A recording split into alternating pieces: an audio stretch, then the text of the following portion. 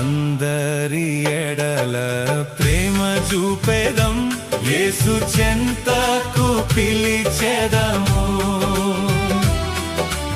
అందరి ఎడల ప్రేమ చూపెదం, యేసు చెంతకు పిలిచెదము. అతి శీఘ్రంబుగా ఉత్సాహంబుతో రాజమార్గమును చూపెదము.